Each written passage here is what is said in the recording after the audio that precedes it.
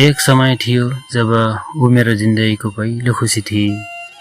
ऊ हाँस्थे भने म बाँच्थेँ, ऊ रुन्थी भने म भित्र भित्र टुट्थेँ।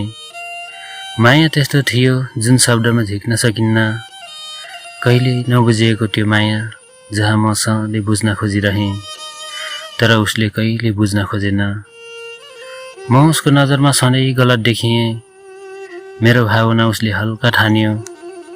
म साँचो थिएँ, तर ऊ साँचो देखिन चाहदिनथी। उसले कहिल्यै सोधेन म किन चुपचाप छु भनेर। उसले कहिल्यै बुझेन म किन बिहान बेलुका उसको यादमा हराउँछु भनेर। ऊ त रमाइलोमा व्यस्त थिए, अनि म उसको प्रोफाइल फोटो हेरेर मेरो रातभर निन्द्रै हराउँथ्यो। ऊ चिसो व्यवहारले सोध्थे, म चिसो तातो छुट्याउन सक्दिनथेँ, किनभने म उसलाई माया गरिरहेको थिएँ।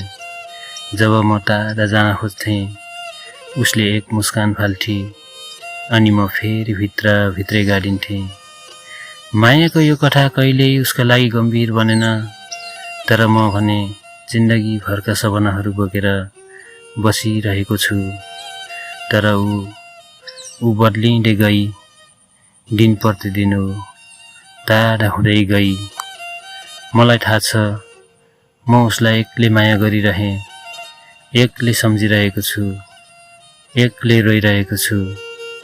तर आज पनि त्यो नाम मेरो मन मुटुबाट मेट्न सक्दिन।